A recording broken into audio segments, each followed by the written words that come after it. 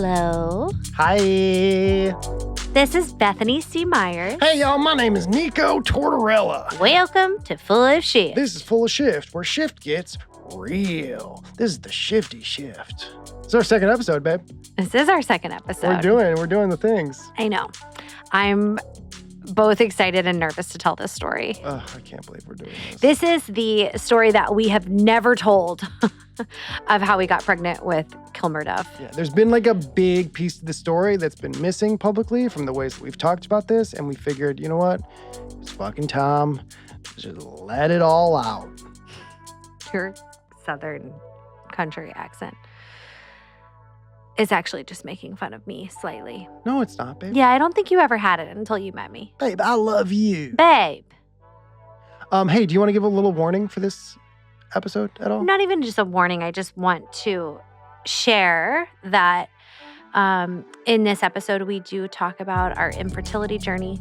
We also talk about a miscarriage that we experienced. I know when we were going through that, I couldn't necessarily just casually listen to any stories like that. So wherever someone may be today, we just want to give a heads up so you can prepare yourself or listen when you feel good or, you know, whatever. I love that. Good call, Yeah. babe. Honestly, there should be a warning for this entire episode because this is probably the most ridiculous thing that's ever happened to us. It sure is, honey. We're sure we want to do this? No. We have to. Let's go. Let's do it. Okay, this is Full of Shift. Nico and Bethany are full of shift. Nico and Bethany are full of shift. Nico and Bethany are full of Nico and shift. Bethany are full of shift. Nico and Bethany are full of shift. Nico and Bethany are full of shift. Nico and Bethany are full of shift.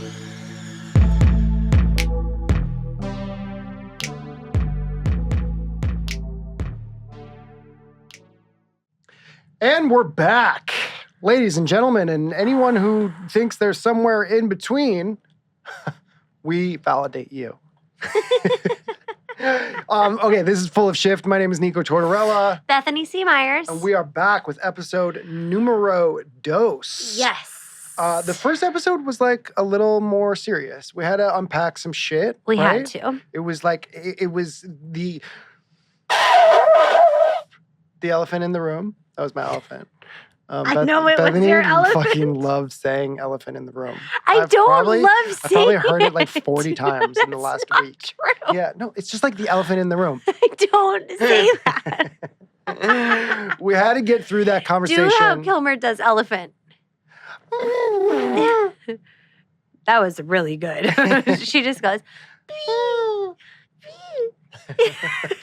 The animals thing is fun with her. Like, she's getting pretty good at it. It's so fun. And now if you say mosquito, as soon as you say mosquito, she goes, because she's just seen us in the house trying to kill mosquitoes. Fucking mosquito. It's adorable. Okay, yes, the first episode was a more serious conversation. I think we handled it with grace. I'm sure people will have questions and thoughts about that episode. They are more than welcome. Let's get into it. If we need to revisit, we totally can. But now, we want to get into some ridiculous shift.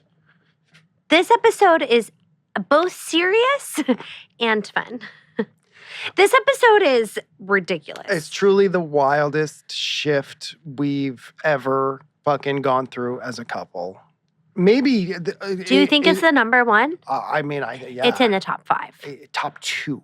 I can't even think of a comp. The ayahuasca story is the other one, which will maybe be in the next couple weeks episode. But yes, this is the story of how we got pregnant with Kilmer Dove. This is the unabridged story. Nobody's heard this story. No I mean, one's- like certain family members have heard this story. There are a lot of family members that My haven't mom heard this doesn't story. even know this whole story. Shoot, Sheila, I'm sorry. It's not my fault, okay? I mean, it is, but it's not. Okay, let's take you back. We're going to go back. Okay, hang on a second. First, I'm going to say You're going to that preface this conversation? I don't know. I'm just going to say it took me some convincing to tell this story. My mom hates that we're telling this story. Your mom hates that we're telling this story. I mean, she probably asked me 10 times today. She's like, so what are you guys recording? I'm like, you know what we're recording. Yeah. It took a lot of convincing that we should put this story out. But honestly, it is a great story. If you, I don't know. This I don't is know. the point of the show. We want to Okay. be unabashed. We want to be vulnerable. We want to bring you all into our world. Like, we want to tell you the shit that has happened in our lives. And honestly, like, there is a huge piece of the puzzle that is missing from the story of how we got Kilmer Dove, that like this story may make sense. It may help you kind of build the story a little bit of our lives, or not, or you're just gonna look at us like we're fucking crazy and there's something wrong with us, kind of like All our right, start telling the fertility story. specialist looked at us. Okay, so we start to try to get pregnant in 2020, correct?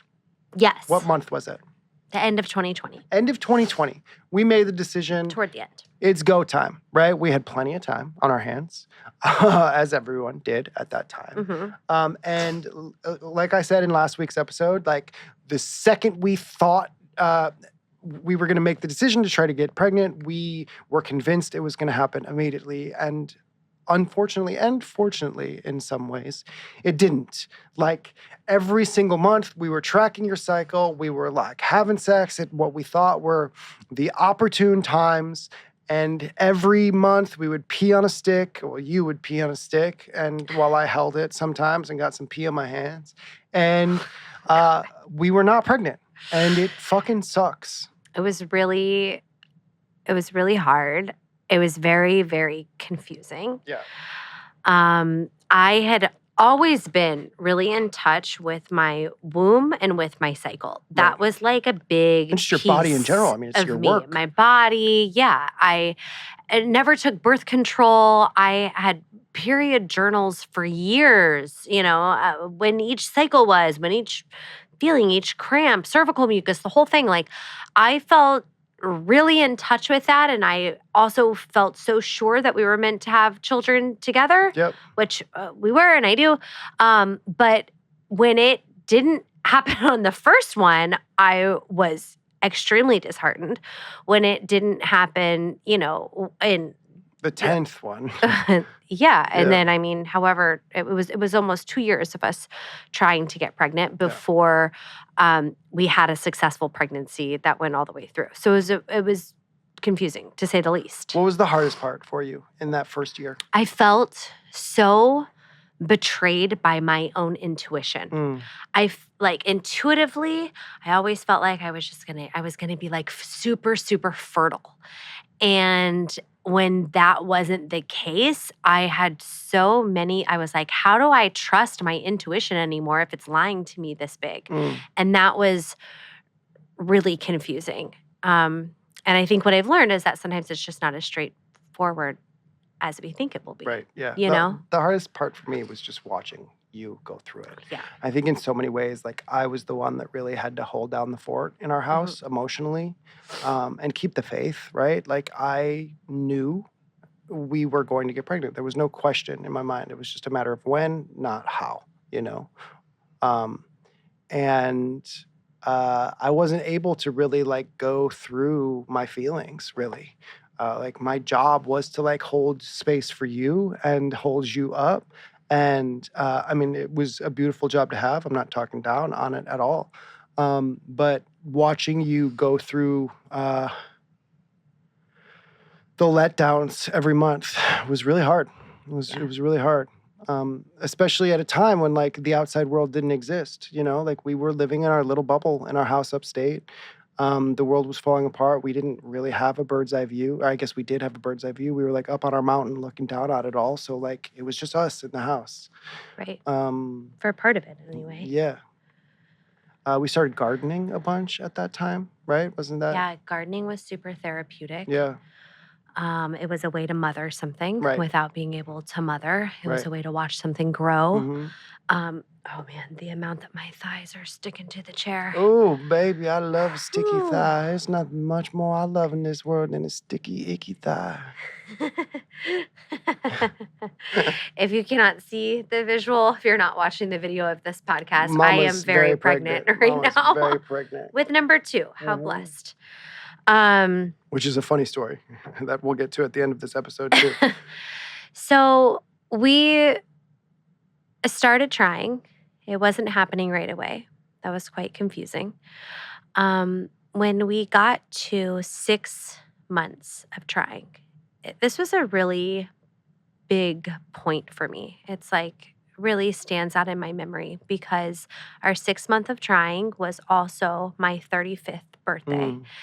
And when you turn 35, you're considered a geriatric pregnancy. Mm. And all of the advice about trying to get pregnant kind of changes. It's like 911, which is a whole other issue with just the way that we talk about pregnancy and age and all of that. I won't get into that now. But that happened. It was our 6th month of trying. It was my birthday. And the day that I got my period, I found a dead bird outside. You weren't home. Actually, 3 times during our time, during us trying to get pregnant, I found dead birds on the same day that I started my period. It was wild. There's a belief in, the world of spiritual animals that if you find an animal that you hold close, unalived, that the energy and the power is coming in more intensely. Yeah. With a message of some sort. And dead birds are actually seen as good omens, not bad. Yeah, but it didn't feel good. No.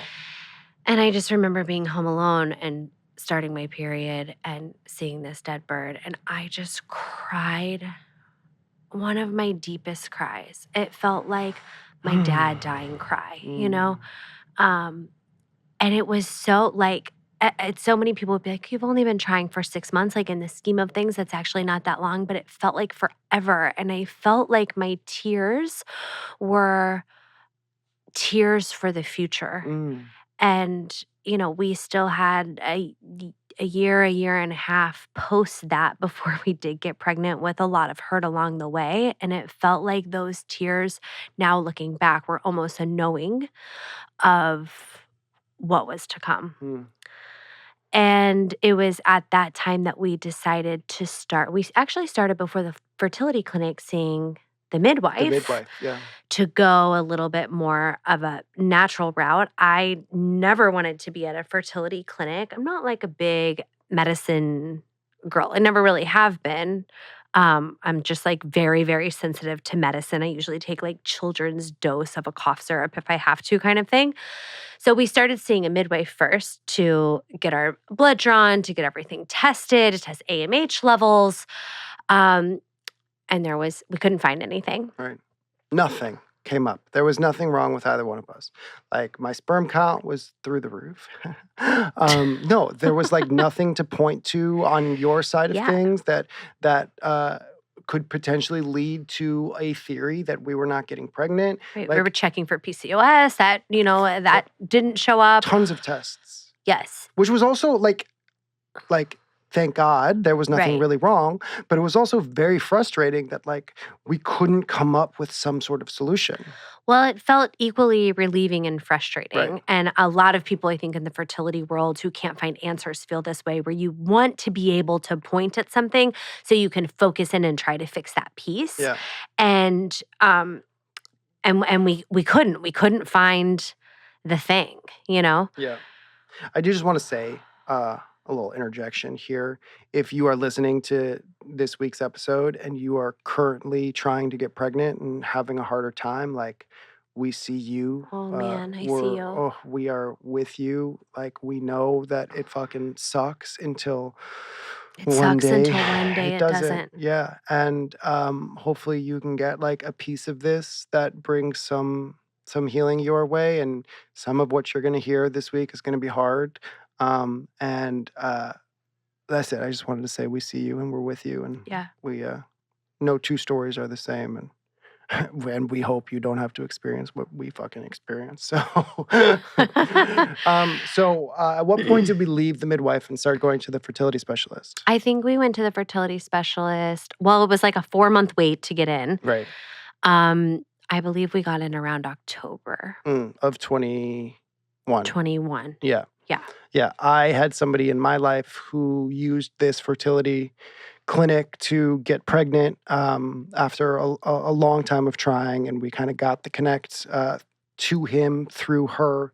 Yeah, shout out to Columbia Fertility. Yeah, Dr. Foreman, we love you. Great doctor. Yeah. Great fertility clinic. Yeah, amazing. Really awesome. This is not sponsored by Columbia Fertility Clinic, but but if you guys, you could, call us. Yeah, call us. And we still owe you guys a lot of money, so we can do a little trade here. So we went to the fertility clinic and we decided that the first route that we would go would be an IUI. What is an IUI, Bethany C. Meyers? I don't even know what it stands for, but it's basically turkey baster. I'm going to look it up. You keep talking. It's in uterine insemination. Just keep talking. Okay. I'm going to look it up. So an IUI is where your cycle is tracked. You can do medicated IUI cycles or not, but it's tracked. They find the ideal date for ovulation. So when you're getting close, you actually take a trigger shot. That triggers ovulation the next day. They take sperm from your partner or from wherever you're getting it. They clean it. They don't take it. I give it to them. No, they jerk you off. And You're right. It's intrauterine insemination. Intrauterine insemination. Okay. Say it one more time. Intrauterine insemination. Perfect. So they clean it so it's like just the sperm, and then they take a little, like literally a little eyedropper with the sperm in it, go right into the cervix, squirt it in there. Ooh, little. And hope for the best. You like that sound effect? That was great. So so ideally it's like, setting you up for best case scenario Optimal of timing. getting it as close as possible. Yeah. And it's the cheaper option of the two. It is. I can't remember how much it costs. Except the success rates are way lower. Right. So there is a level, I remember somebody telling me this early on, there is a level of kind of weighing it out, because if you're doing like 6 IUIs, maybe you just should have gone for IVF to have your embryos to store for later, on and on. And energetically, what was your aversion to IVF in this process? I felt like a failure. Mm. And I felt like if I did that, I'd failed in some way. Yeah. I didn't want to need help with this thing that I felt so sure I would be able to do on my own. Yeah. I also didn't want to deal with needles and cost, and I didn't want to put my body through it. Yeah. It's very taxing. There was something religious, right, with you? I'm sure it played a part. Yeah. I mean, I think like deep down, there was probably some old Christian beliefs that it needed to be, God. Man and woman in the bed. Yeah, and like there was something about IVF that felt like playing God. Yeah, which is interesting because I remember like crying to my mom one day about it and being like, "I'm sure you don't approve of this," and she was like, "No, of course I do," and she did. But it is fascinating to see that like the Southern Baptist Church has stood against IVF in, everything that's going on with IVF now. So anyway, we're actually not going to get into the politics of all of it. Not yet. Because it's just not what we're here for. No, we got to build our base before we really let it all out. You know what I mean? Just kidding. So our first IUI cycle, we did not get pregnant. We did not. Second IUI cycle, we did get pregnant. We did. It was our first positive pregnancy test. Together as a couple. Together as a couple in a year and a half. And it was so exciting. Oh, it was the best. The relief. We found out on Christmas Eve. Christmas Eve. We told... woke up in the morning. Bethany peed on a stick. It started snowing. It did start snowing. I mean, it was just the best day. I mean, why do I always say peed on a stick? Peed on a stick. Why don't you ever say took a pregnancy test? Peed on a stick. I like it. All right. Intrauterine insemination. No, I mean, it was such a... It was a relief. I just remember feeling like, win. Oh, thank God I don't have to deal with this shit anymore. Yeah. We didn't wait a second to tell people. I mean, we called everyone in our family. Well, we did Christmas morning. Yeah, the next day. Yeah, it was like a Christmas present for people in our family. We were so excited, which is historically not what you do when you find out the next day that you're pregnant. There's lots of unwritten rules about how long you wait to tell people to make sure that it's a viable pregnancy, et cetera, et cetera, et cetera. Which I think are so silly, honestly. Yeah, I mean, if you're waiting, power to you, not. No, I think it's silly that there's there's a rule. Yeah. And that it should just be at the time that you feel is right. Right. We did with my mom, she was on FaceTime, but we put a piece of paper on the wall and did like Wheel of Fortune style. Mhm. And we spelled out, "It's a Christmas miracle." Yeah. And she had to guess the letters. Mhm. My mom's really, really good at puzzles like that. So she Yeah. got it quick. And of course, she was crying. We were crying. It was just so, It was a magical time. it was so exciting. I was Yeah. immediately sick. I was throwing up. I had pimples. I was violent. Those Yeah. early, like that one was really, really intense. Yeah. You know, I also remember that I thought it was so strange that the universe was going to give us a Virgo. I'm serious. Yeah. It just felt confusing for the two of us. Yeah. Of all the signs, it felt like Shout out Virgos. Virgos. Like, we love you. I don't. Babe. This is not I don't safe think space. Virgos really like me. Yeah. So, I'm a Gemini. A double Gemini. Yeah. So, I'm probably not your favorite person, but whatever. Anyway, we went for our first checkup. Everything looked good. Took blood, good levels. Great. We went in for the second one where we were hoping to hear the heartbeat. And we had to go into the city. We were living in Weehawken, New Jersey, and we would take a bus into the city to go to Midtown, just right underneath Central Park. And it was cold outside. And we went into the clinic, all very excited. And two doctors came into the room. Taking video. We were taking a bunch of video. We could put some of that video up. Sad. Yeah, it's really sad. And what happened? And there not only was there not a heartbeat, but there wasn't a yolk in the egg sac. In the sac. Which is called I never get the word, a blighted ovum, I believe is what it's called. And essentially right there, we were pretty certain that the pregnancy was not viable. Yeah. The doctor wanted us to come back in a week to make sure. But I knew. Yeah. I knew deep. I remember you kind of being like, "No, we still wait." And I was just like, it's not it. It's not it. And I remember like 2 days before being like, I feel like my pregnancy symptoms are different. Like I feel like I'm a little less sick. Because when you're pregnant, your HCG... HCG is doubling every single day, right? Yeah. I mean, it's just going. And I remember having that thought, although can I really rely on that thought? Because now I've had 2 other pregnancies and always at the beginning, I'm like, do I feel less pregnant? I feel less pregnant today. Right. Because You still say after you experience loss, that. it robs you of the joy of future pregnancies. And even us telling this story and looking back at that time, it almost feels, I'm like, oh, right, we were totally excited during the early days. We couldn't wait to get in, to hear the heartbeat and to do the ultrasound and to do all the things. And now, even with this pregnancy, I almost like passed out on the way for us to go hear the heartbeat, which we did electively. Yeah. Just because I needed some sort of reassurance because I was certain we had miscarried. I convinced myself that we had miscarried, that I had stayed up all night crying, gone to the beach crying, like was already beginning to grieve the loss. That didn't actually happen just because of the PTSD of that experience. It's very real. Yeah, I mean, that's part of becoming a parent too. You know, is. it's like... That's a good point. Yeah. We found out the news in the room. It was heartbreaking. Absolutely heartbreaking. And we both were messes, but it was definitely harder on you. It was still my job to hold down the fort. I will say, important note, the Christmas Eve, that day, we had a lot of doves at our house in Weehawken. And my last name means turtle dove in Italian. We've just always had a deep spiritual connection to doves. And there was a dove. Our daughter is named Kilmer Dove. Yeah, there was a dove that came to our balcony in Weehawken that was scalped.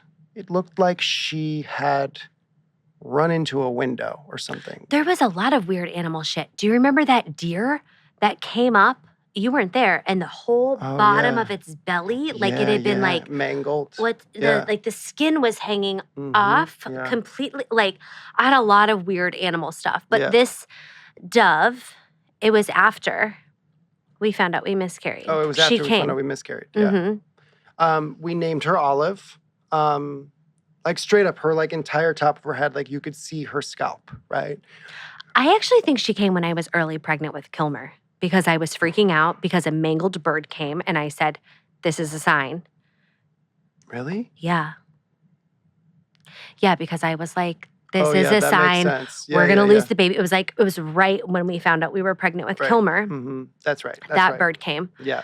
And I was like, this is a bad sign. And Nico, being the ever optimist, was like, no, it's our last baby coming to reassure Yeah. us. She's coming to be our angel over this situation. Totally. Yeah. And Olive We came named the bird throughout Olive. Yeah. the entire The pregnancy. entire pregnancy. She was there every single day. And then she didn't show up for a little bit at the end of the pregnancy until the day I went into labor. She showed up. She was sitting at the window looking at us when we came downstairs. And she would like hang with us. Yeah, yeah. And then we went into labor and yeah, we'll get to that. And she even came back the last time that you were there. Yeah. I went to the house. We just closed on Weehawken and we sold both of our places and moved down to Florida, an intense shift in our life. But yeah, the last time I went, I hadn't seen her obviously in months. And I went to go open the balcony door to say goodbye to the house and there she was. I cried. I remember she would go over to the food thing and then walk over to us and go back to the food when there was no food on. She's really sweet. Yeah. Okay, so we had an intense miscarriage, right? A lot of hope and faith lost. We had to take a break we had to get a DNC, right? Which is like a whole other conversation. I waited for a long time because I wanted to pass the miscarriage on my own. I didn't want to have the DNC, which is essentially an abortion procedure. Yeah. But it's used to make sure that all of the parts of the fetus have been removed from the uterus and things are clean and you're ready to try again, essentially. Right. And at that point, to try again, we decided it was time to jump into IVF. We were ready. Like, let's go. Yeah. After that, I wanted to secure my chances. Right. And of course, we already talked about kind of hitting the 35. Now I'm 36. Now it's another year gone. Right. And that ticking time bomb feels so, so real when you are in when you're in the fertility space. Yeah. Like you've never been so aware of your age or your womb's age. So dove headfirst into IVF. I mean, it was hard. It's expensive, right? It was like a big commitment that we had to make. Our insurance did not cover. Our insurance did not cover infertility. It didn't cover IVF. IVF. Physically, it's very intense for you, right? We kind of had to physically and emotionally prepare for the cycle of shots and hormones, which you have an aversion to needles already, right? You were getting your blood drawn all the time. This was a different kind of thing. Do you remember the day that we picked up our meds? It was Mother's Day. Oh, yeah. And I remember walking into this, we had to go to a special pharmacy all the way on the east side, just annoying place to get to. And I'm picking up the meds, and I had no idea the cost. And they were like, that'll be $3,157. And I was like, on Mother's Day? So intense. It was so intense. So intense. Wild. I'm in the middle of, I just started working on the Apple TV show called City on Fire. I'm playing William Hamilton Sweeney III, kind of a mess of a character, drug addict, heroin, rock star, artist, just kind of tumultuous character. We start the shots. It was an intense first day, right? There was The a lot needle of shots. Yeah. Yeah. We there was a lot of hand holding and just physical space holding. Yeah, it felt so it was so hard for me, I think, in part because of not liking needles and, what you're having to do to your body. But also, I so badly didn't want to do it that it made it worse. Right. It made it all every time we had to do it, I would cry and I would feel anxious before. And it was just a lot of emotions going in. I'm in the second episode, which is the most intense storyline for the character in that first season. We only did one season. And I start getting this rash on my body. And I convinced myself that I was psychomatically creating this rash on my body because I'm like such a method actor that it just like was a physical manifestation truly, of my intensity. I woke up and I was like, babe, I think you have hives. Like, are you Yeah. having an allergic reaction? You're like, no. It's just because I'm an actor. Shut up. I didn't say it like that. No, but like it didn't hurt. It didn't itch. I wasn't worried too much about it. Like I was just kind of like, let's get through it. I was going to work these like really intense days, right? And I would come home and we would do shots and we were just in it and come to like day, 5, 6? It was 2 weeks or 1 week. I think we did 10 days Yeah. of shots, between 10 and 14 days. And this was like, day 7, 8. Right. And the way that IVF works, at least the version that we did, we do the cycle of shots. We go in for an egg retrieval on day. Everyone. Well, it depends. Right. Everybody has a different day that they're ready to harvest the eggs.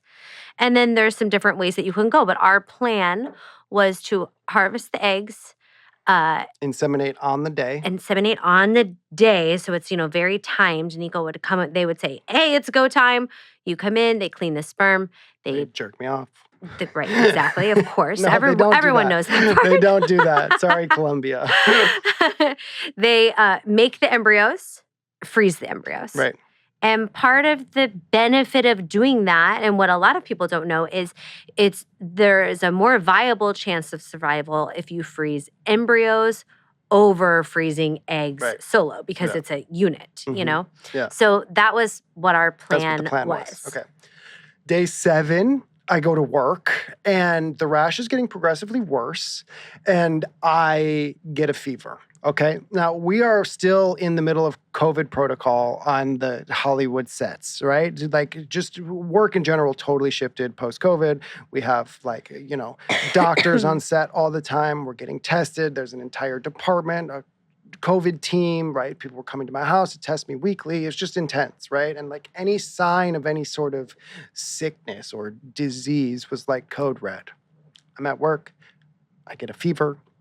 I call a PA in, get my temp tested. They send COVID team in. Everyone's kind of freaking out a little bit. Give me 3 COVID tests back to back, rapids, fail, right? Like I didn't have COVID. They get on a phone with a dermatologist. There's a dermatologist in town that is part of the cast and crew doctor squad. He comes to set to come check it out. He tests positive for COVID on the day, so he actually can't come into my trailer. He had to go home. It was just this fucking shitstorm of events. We finally agreed that I would get through my scene as long as I went to the emergency room after the day. Dermatologist was like, I'm just going to call in a topical steroid for the rash. I go to the emergency room after my day of work. I sit in a room in the middle of fucking Kips Bay, somewhere in New York City, and I'm waiting 2 hours for this doctor to come in. It was late at night, so there were some folks in the emergency room. Doctor comes in, runs some tests, draws some blood, agrees with the dermatologist that it looks like some sort of rash that that a topical steroid would fix. So that doctor was supposed to call in the prescription for the steroid. I get home, the doctor never calls in the prescription for the steroid. It's how many fucking things can go wrong right now? So I get back on the phone with the dermatologist from set. He tested negative for COVID the next day. And he was like, just come into the office. Let me run a few more tests, okay? Go into the office, draw more blood. Don't really think anything of it, right? I go and I pick up the topical steroid. I'm like, all is well. This whole time, I'm giving you shots on the daily. I decide, naturally, at this point, that it was a good idea to go to an ex-boyfriend's house of mine, okay, in the middle of the city. We're hanging out. We hadn't seen each other for a little bit. I get a phone call from the dermatologist. Shift is about to get real, y'all. I get a phone call from the dermatologist. I know. You have to go poop for a second. It does. I get on the phone. The doctor asks me if I'm sitting down, and I wasn't. And he said, Nico, I kind of have some unfortunate news for you. You just tested positive for syphilis. The old Siffy-Wiffy. The Victorian disease that took out Nietzsche and Al Capone. Y'all, what the fuck? I'm freaking out. Okay? I have to get on the phone. What the actual fuck? What the actual fuck? I have to get on the phone with Bethany immediately, right? Like, horrified to make this call. Bethany's at home. I'm in the city. Babe, are you sitting down? Mind you, let's just remember, I'm like day 9, you know. I mean, I am in it. My stomach is protruding out. I'm making Hormones all off of the these charts. eggs. I'm jacking myself up with hormones every day. I'm already feeling like this is so fucking unfair. I have to do all of the shit. What Right. do you have to do? You know, there is like... Not get syphilis. There is a level of that. And Nico calls me. I say, babe, I'm so sorry. I don't know how this happened. Important to note. Yeah, when let's backtrack here. When we started IVF, we had to take STD tests, okay? Both of us. We had Full to take panels, full panels. including syphilis. Nothing came up. Flying colors. No Siffy-Wiffy. And somehow... everyone freaks out, okay? It's code red button. Syphilis and babies do not mix It's well. like the number one thing that doesn't mix. Terrible, terrible. Okay, but we actually need to go back a little bit further because in our lives, Right. we have been, very open about the fact that our relationship has been open, Flexible. poly, Yeah. We've had other partners.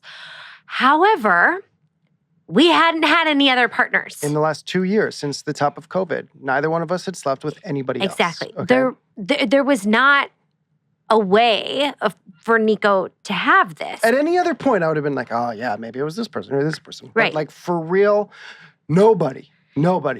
And in any, most standard, typical relationships, if this happened, everyone would be like, yeah, your He's husband's cheating on been you. cheating on Yeah. you, 100%. But I'm like, I know that that's not the case because you don't have to cheat. You could just tell me.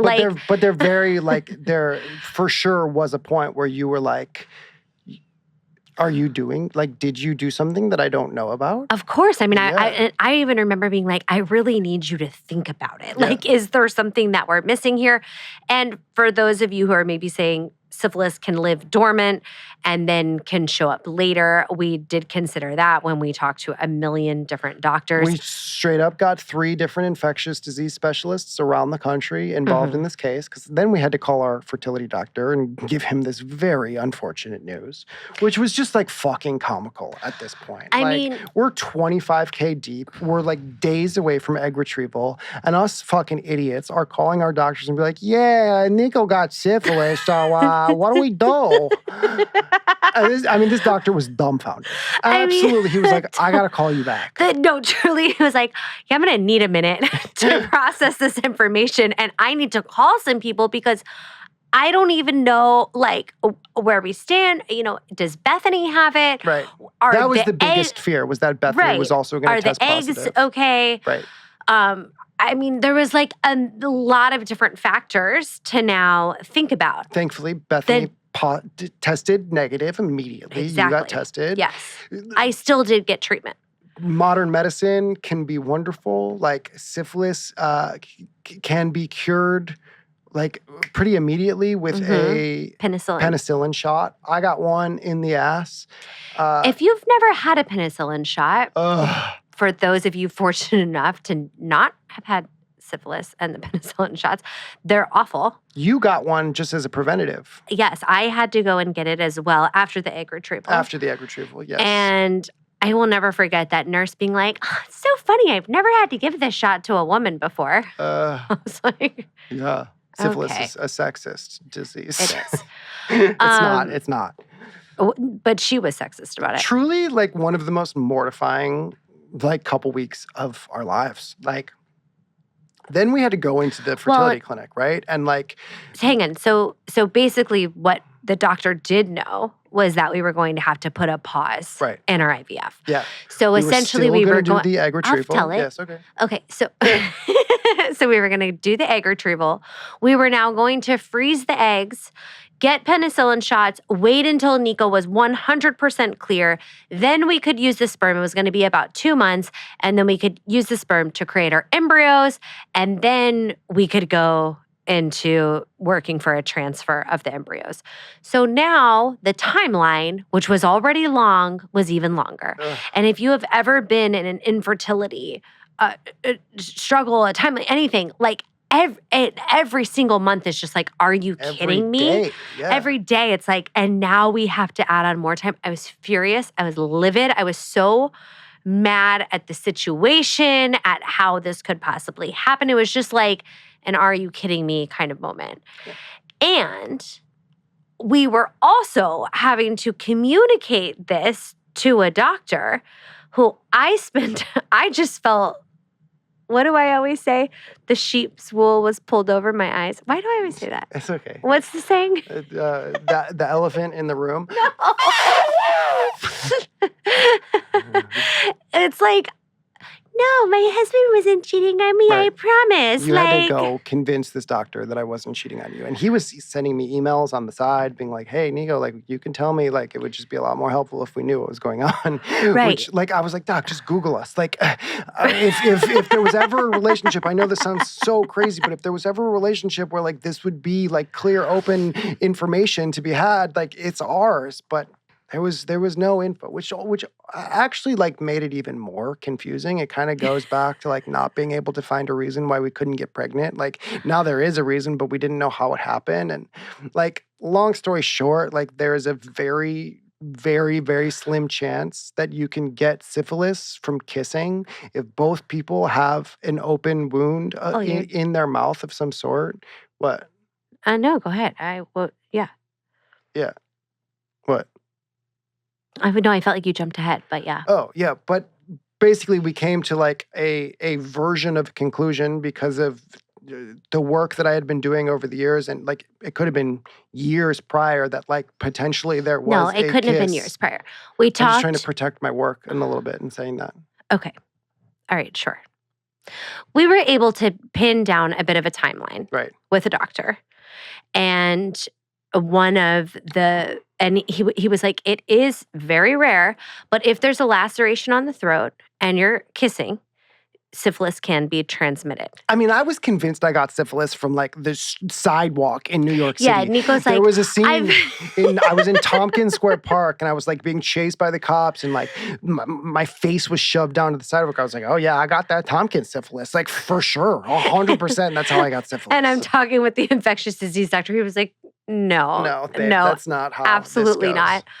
not. But there was a time when we know that your throat was, we were kind of able to like narrow Pinpoint down it some of the somewhat. timeline. Yeah.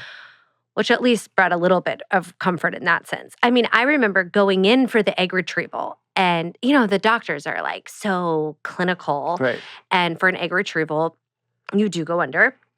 And before, I'm like in my robe and in the hairnet and the little socks and stuff. And I was like, I just need to talk to you guys. Like, I just need you energetically to believe this story so that you don't feel like you're retrieving eggs for my like cheating husband or something. I just need you guys. They were like, yeah, sure, babe. Okay, here you go. Night. After everything we had gone through leading to this point, like this is what the universe wanted to provide. Like this was our reality. This was our like very real timeline that we were living in. It was fucking nuts. Like I remember going into that fertility clinic and like feeling like I had COVID in a public space in like week 1 of, fucking shutdowns. Like I felt like a diseased person in a space that I wasn't welcome in. There is crazy. So much shame surrounding STDs, treatment,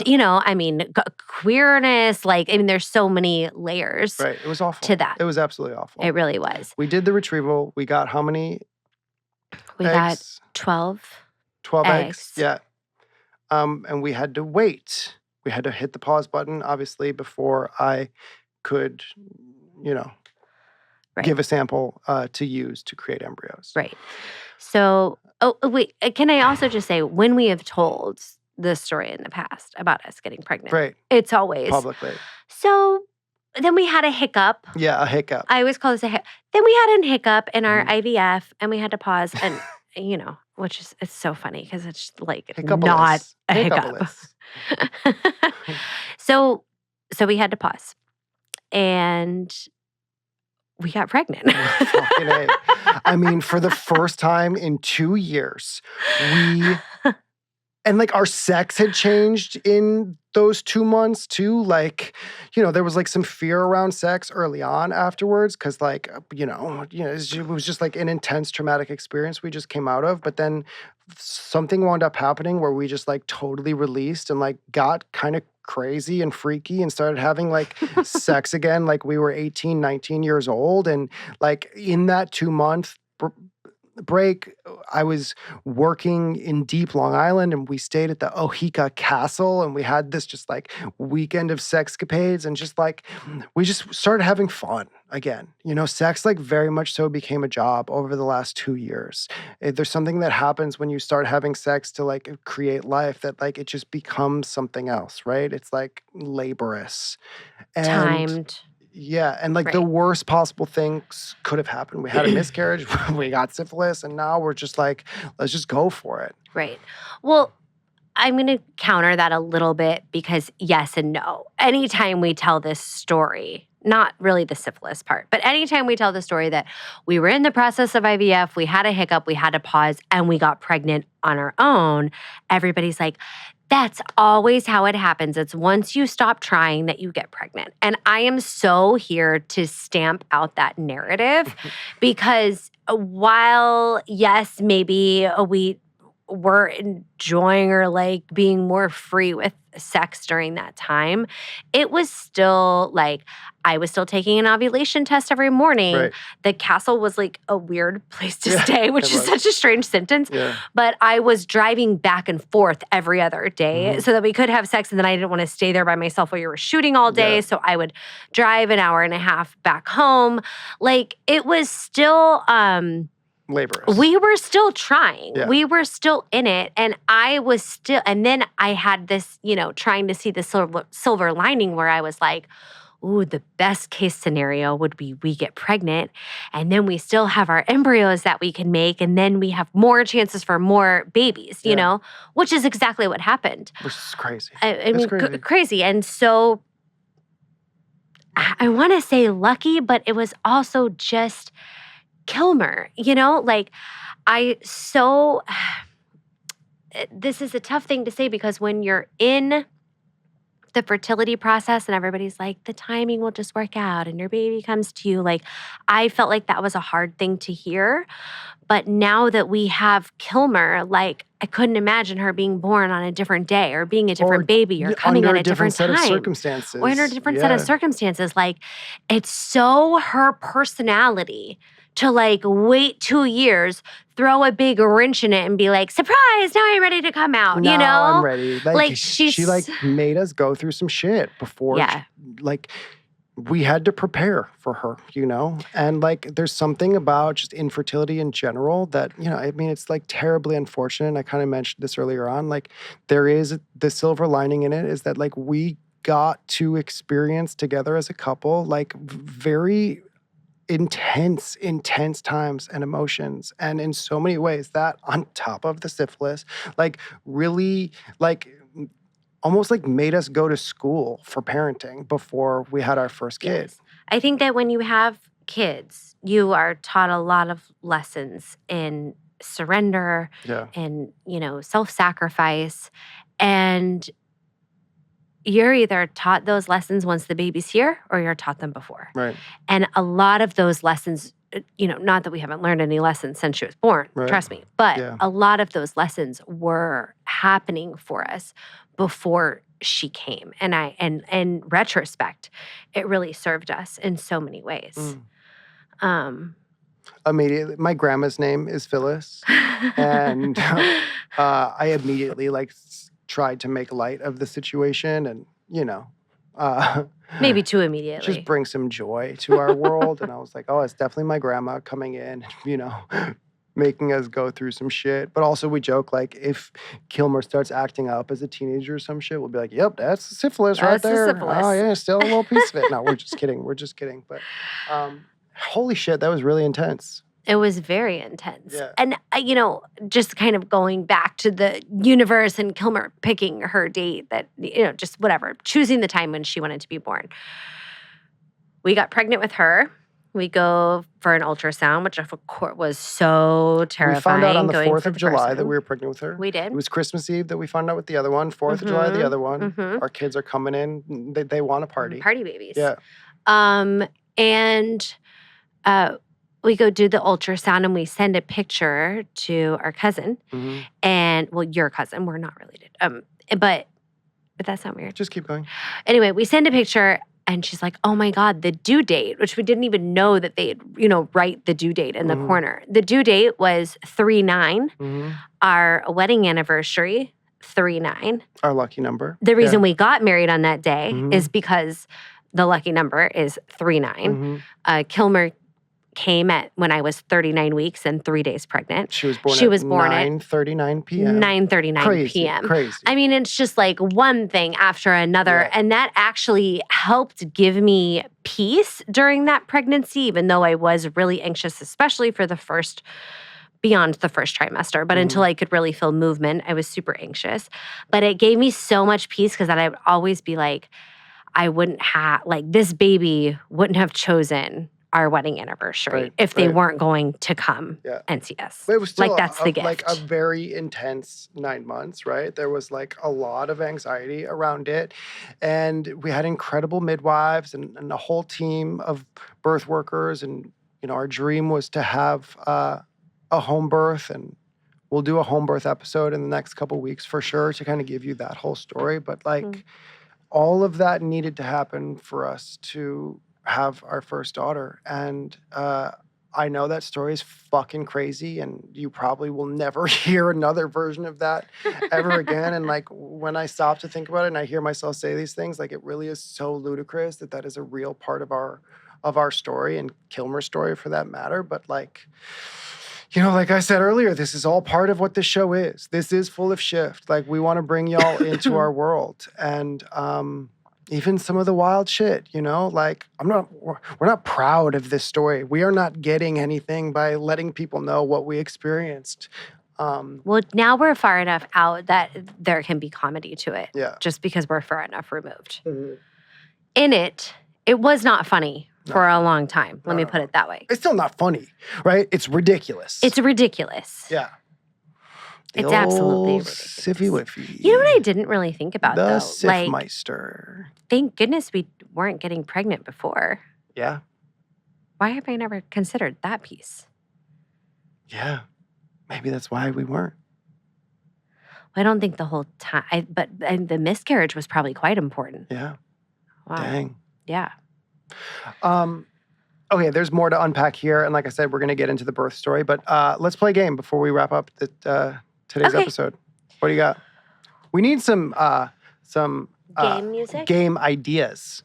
If y'all have game ideas, go over to the board on Patreon and give us some ideas. Well, let's play rapid fire. Okay, rapid fire, go. You want me to go so fast? It's rapid fire. Okay, here we go. Say a word in Spanish. Hola. That's the Me word? llamo Dora. Do you believe in fate? Of course, 100%. And syphilis. Favorite number? 39. Who has it easier, men or women? Men.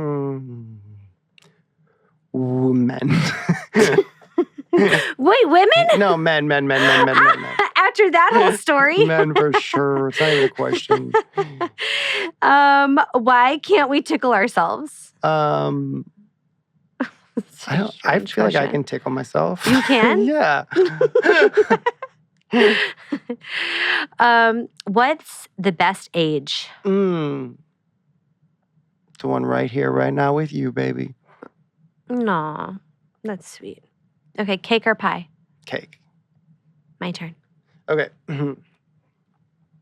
Rapid fire questions. Dun, dun, dun, dun. Sourdough or wheat? Sourdough. Would you rather cuddle with a baby panda or a baby penguin? Ugh. Panda. Name 3 of the 7 dwarfs. Sneezy, dopey, chewy. Are Chewy, not reindeers chewy. real creatures?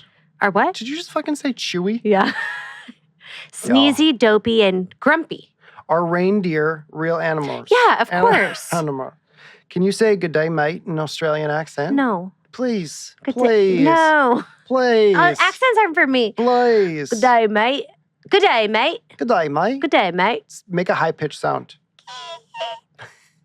Ma. What's the maximum number of spritzes of perfume before it's too much? 2. Would you rather be besties with Beyonce or Rihanna? Rihanna. Hey. We smoked some weed together. Y'all, that is it for today's episode. This is full of shift. Thank you for joining us. We got a lot more coming up. My name is Nico Tortorella. I'm Bethany C. Meyers. Go check us out on our socials for more information. Go check out our Patreon page. Nico and Bethany are full of shit.